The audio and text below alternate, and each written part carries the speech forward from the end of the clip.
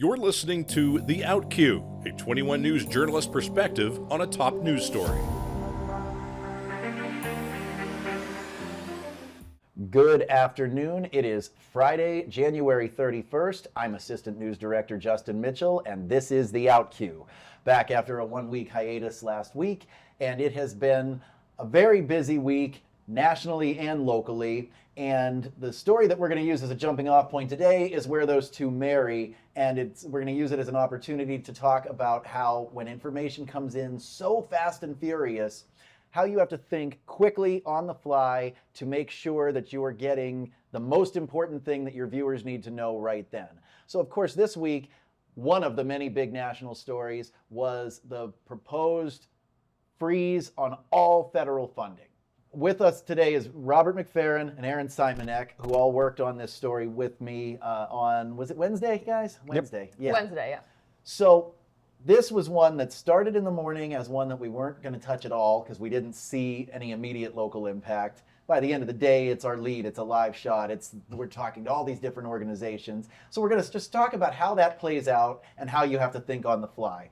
So Robert, I'll start with you. Mm-hmm. You know, in the morning, we had an item in our planner about this freeze that was coming and what impact it could have locally. And I think we said, you know, we don't know enough.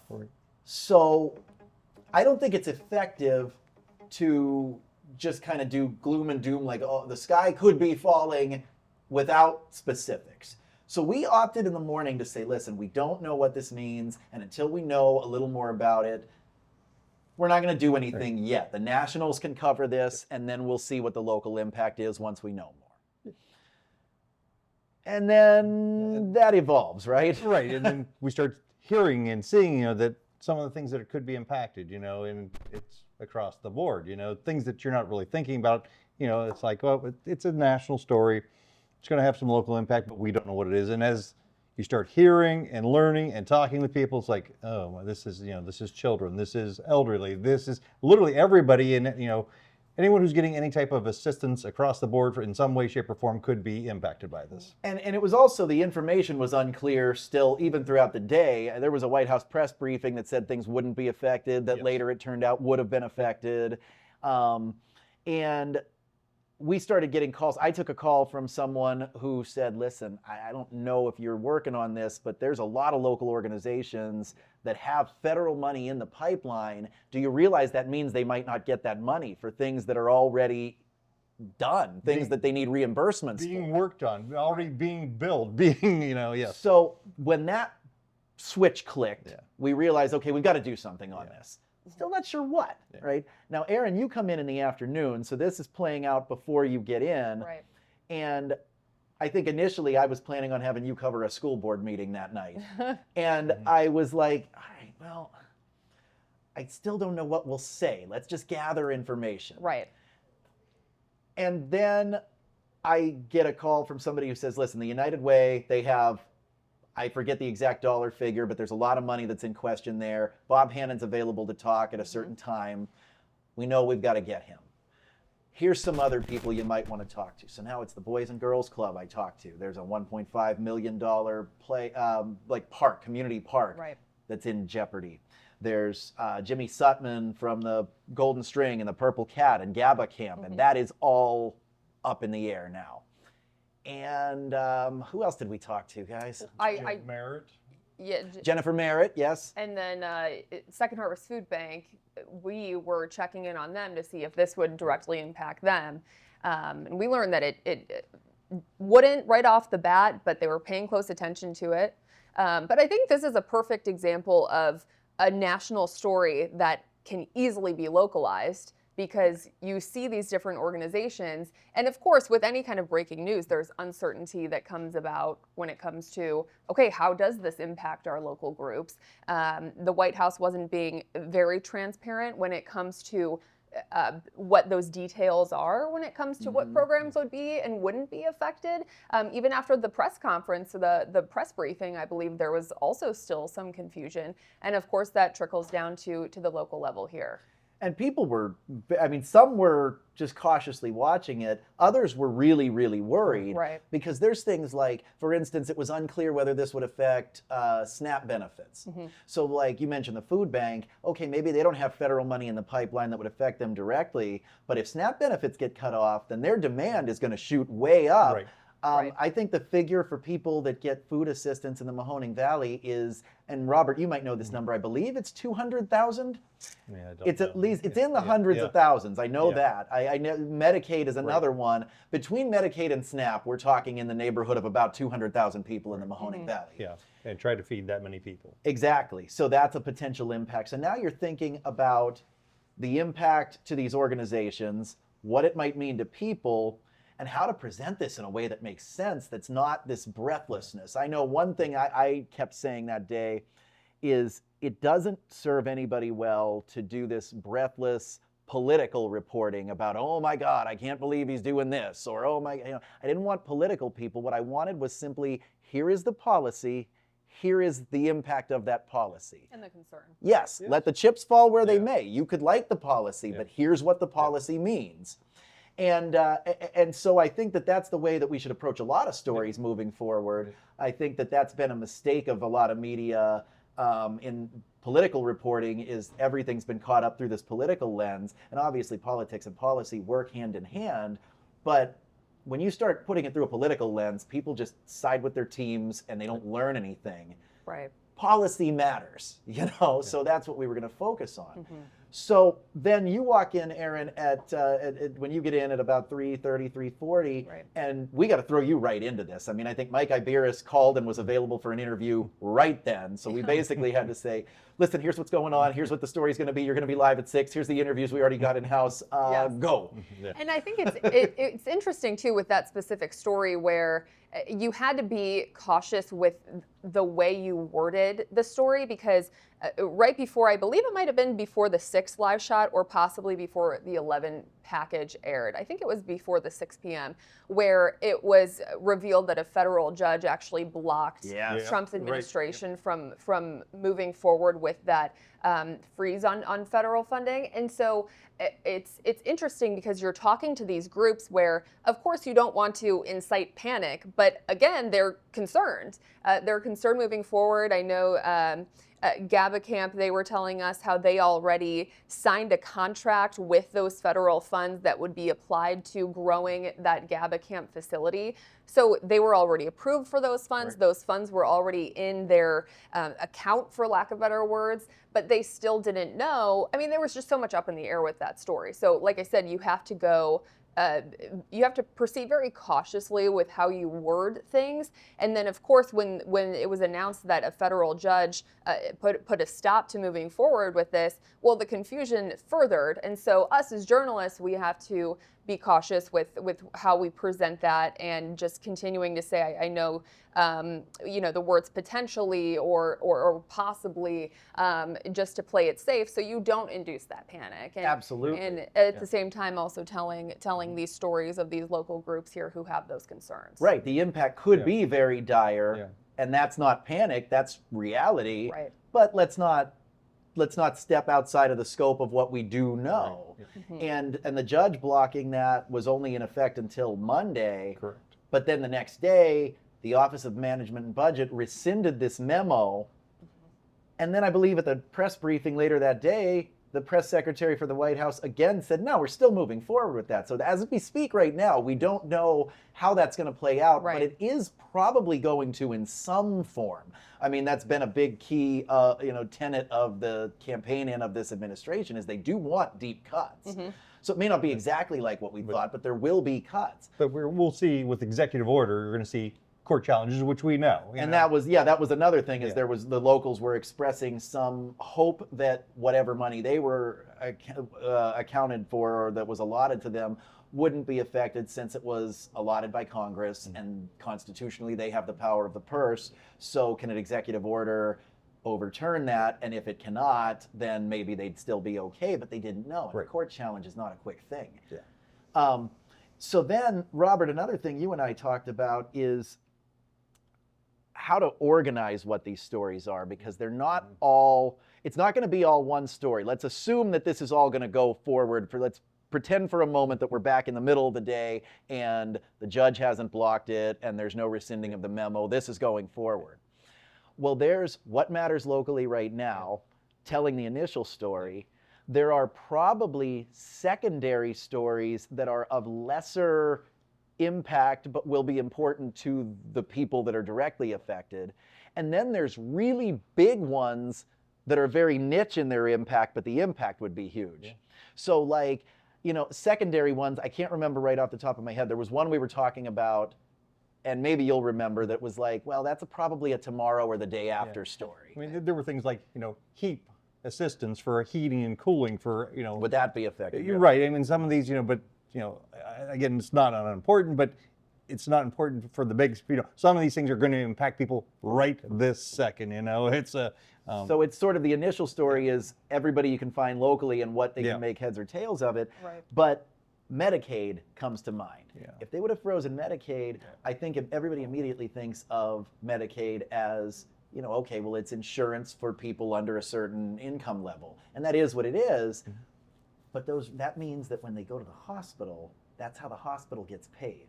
Which means that if Medicaid is frozen, it's not just individuals impacted. It's hospitals that could be in dire straits. Right. Well, that's not a line in a story. That's a story in and of itself, which is why we didn't touch it that day, because it wouldn't have been given due diligence. Right, and with our current hospital situations with, recent, new owners, closings, it's a bigger story for sure. Right, and it was probably going to be a big story the next day. Another one that comes to mind is police and fire, who have very expensive equipment and recruiting problems, and a lot of that is paid for in federal grants. That's its own story, right? And so you're planning for what to do today, what to do tomorrow, and you got to keep thinking, but you got to do it on the fly. I mean, this, I can't stress enough that we started the morning saying we don't know enough about this to even proceed at all. And then we're ping-ponging off of each other. What about this? What about that? Yes. How many major stories do we need to do here because they have a direct local impact? So I guess from there, we could talk about this one, and we can also talk about any other stories. That skill set that we had to use that day applies often in breaking news, but it also applies in longer term big stories that just have a ton of information. So both of you guys just reflect a little on how you get information that's about this much and make it make sense and fair and not leave the important stuff out and make it fit in a box that's this big. Right? Well, I can bring up, of course, the very tragic story that we covered just last week with the shooting in St. Clair Township in Columbiana County.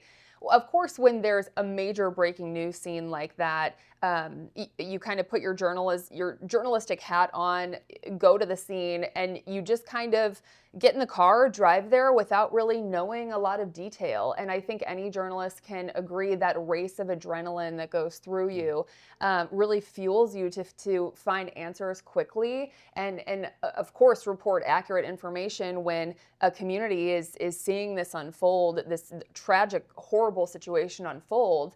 And it's you almost feel an added sense of responsibility to gather that information, do it quickly, do it efficiently as you can. We have a 5 o'clock newscast and a 6 o'clock newscast. I get into work at 3:30 and I go straight down to the scene. I was working alongside our reporter, Sydney Canty, who she was, speaking with police. And of course you have to give them that space of, okay, they're dealing with a very unprecedented situation here in this small town. So give them their space while also communicating with, the police chief, the Calcutta fire chief.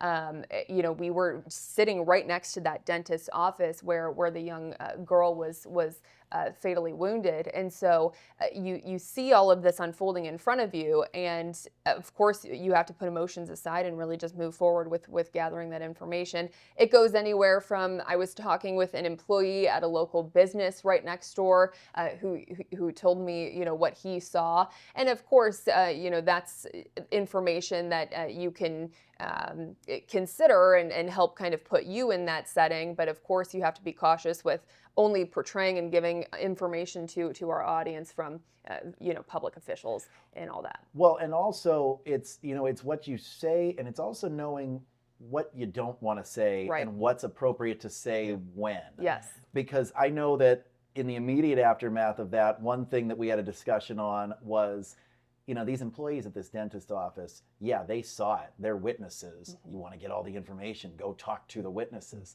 They also just witnessed something that I cannot imagine having had to witness. The trauma that they've gone through. So you have to weigh, if we go and show up at that dentist office, are we going to get something that lends something of value to the public that is worth that kind of trauma? And in that case, we opted not to. And quite frankly, I think everybody opted not to, because I have not seen anybody show up there, which did my heart some good that there was some decency in media there. Yes. And another one that was a little bit of a trickier issue is there is a story to be told for the family of the suspect, for lack of a better word there, the person who was the suicidal male who ended up shooting the cop and who ended up being killed by the police. And we believe we're not sure whose bullet went into the dentist office, but by the angle it appears to have been his, we think. His family, we know, has been struggling for about a decade to get him mental help. He was a diagnosed schizophrenic. There is a story of value there. And we have told it in a certain way by laying out, what help was available, what help wasn't available. But we didn't do it that night, and we didn't do it the next night, because there were people grieving, and it would have been in poor taste to go talk to the family of the person who was at the center of essentially causing all of it, even though there's valuable info to be had there. So we pursued that the next week. We did that at the start of this week. We laid out some of his history. We talked to some mental health professionals, but we waited to play that out in a time that was sensitive. Robert, can you think of another one like that, or even on that one, or piggyback off of it? Yeah, we've had several. We had the similar, it was a road rage incident in Liberty Township in 22. Oh, yes. Very similar breaking, that I'm not sure what's going on, but there's a full gun blaze happening on public streets, and a man was shot in the head, in that case as well, and the suspect was, opening fire on the officers who were coming back at him. And so we've seen this a few times, And you talk about having to assimilate information on the fly. That was the famous moment in our newsroom, because you were heightened and we're gathering all the information, and Erin walks in, and Zach Mosca, one of our web producers, is just so hyped up on gathering the info that Erin doesn't even know what we're talking about, and he just goes, "Erin, you're going to Belmont." and you as a reporter, you know that, okay, if they're acting with that much adrenaline running through them, and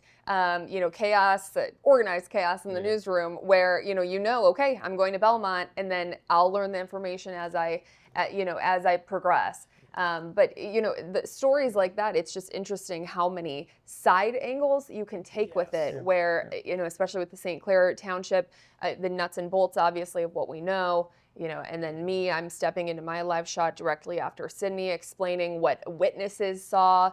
And then, of course, like you said, Justin, jumping into the angle of the man who was shot and killed by police, of his mental health struggles. And it opens up several stories that I think are important and for us to tell. And it's almost an obligation to dive deeper into those stories.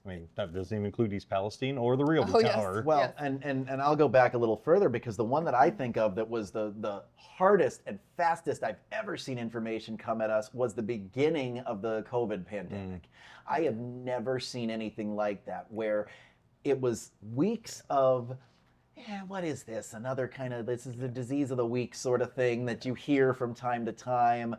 Yeah, okay, be cautious. And then there was this breaking point where in the morning it was, what is this? By the middle of the day, they were closing down universities.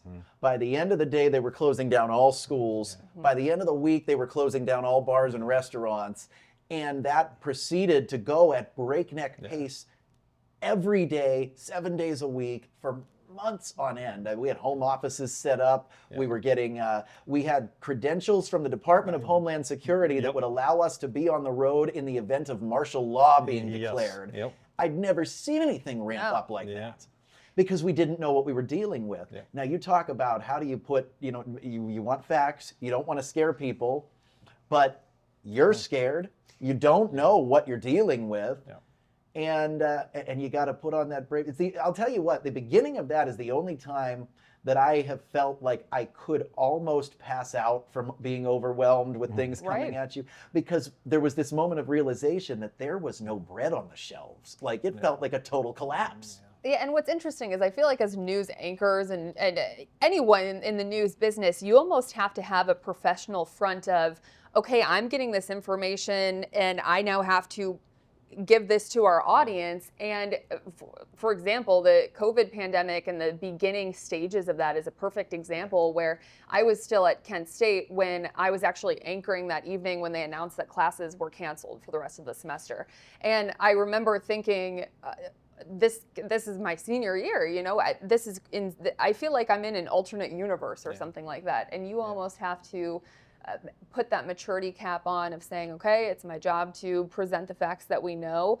But, you know, I think you can see when a reporter is affected by a story compared to just doing their everyday job, when it's shocking to them, because we're humans as well. No, and we've talked about that, where we've, you know, we do our job here, we hand it, you know, and you guys do go out and do your job, and then you go home and you try to de-stress from this level where you've gotten so, you know, that you're happy. I mean, we thrive on doing our jobs well, but ultimately we're human and things impact us as well. Absolutely. Well, it's like what Erin called the organized chaos of the newsroom. Yeah, we thrive on that. I thrive on, you know, that, there is an adrenaline rush and you want to do well. And if you feel you've done well on a story, you're happy about doing well on the story.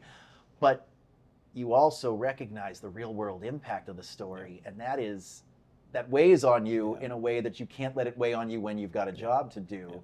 Yes. And I think a good journalist gets better adjusted as a human being as they go from having to make that transition and figure out how to do it.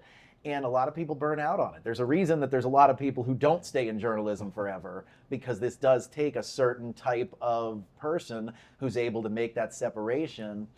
Because how do you tell an audience not to be scared when you're scared? How do you tell an audience not to be angry when you're angry? How do you do that? And again, I think it goes back to, like I said earlier, just what is it and what is the impact of it? Whether it's, I said it about policy, I'm saying that a lot right now, just policy, impact, event, impact. Always thinking of who it could impact and having to think really empathetically, because you really have to put yourself in the minds of people who are affected by this, whether it's you directly or not. Because they're counting on us. They are counting on us. We've covered stories that have directly affected people we have known. I mean, they're sometimes tragically, and sometimes, and there's a certain point where you have to keep an arm's length and not touch it if you're too directly involved. But, you know, we covered the opioid crisis for a long, long time. I've lost friends to the opioid epidemic. We covered East Palestine, and I've got friends who live in East Palestine and have lived in East Palestine. Certainly COVID affected everybody. I guess the reason that I wanted to have this discussion today is because I think that something that maybe is lost is there's a certain amount of built-in skill set that you have to develop to be able to assimilate this stuff on the fly. Yes.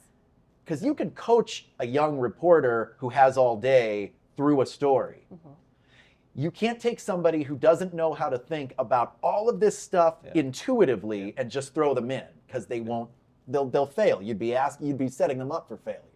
Yeah, it does help when the hustle and bustle of the newsroom and the excitement of breaking news. I think any reporter can relate to being excited about having a breaking story, being excited about them being responsible of finding the details and the facts of that information. And I think everyone here in our newsroom takes it very seriously. And I think it, like you said, Justin, it takes a true passionate journalist, and it comes down to passion too, to really work through those tough, difficult stories where the future is very uncertain when it comes to that topic, and do your job and deliver what you know and what you can report. And it's a very interesting career field that I think a lot of people don't truly understand how much work, but aside from the workload, just how much dedication and passion has to go into the work that we do every day. Absolutely. Yep. Robert's got a weekend cut out for him with a story that he's chasing right now that I won't talk about yet, but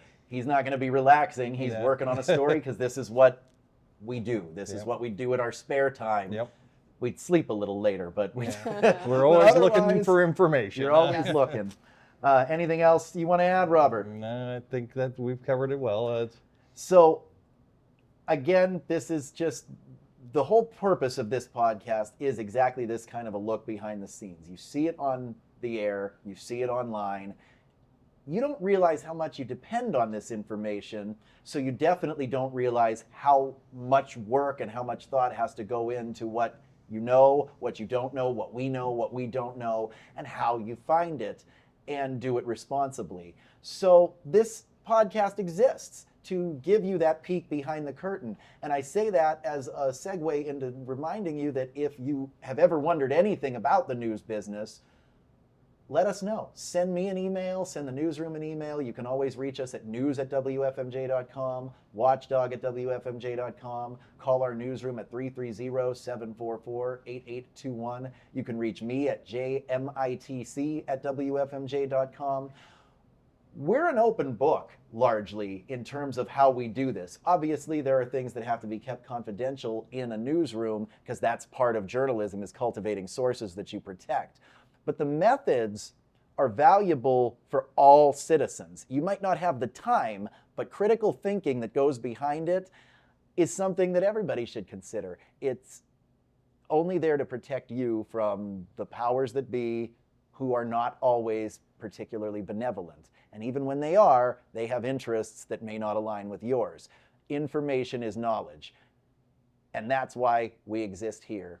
So for WFMJ, 421 News, for one more week, this has been the Outcue.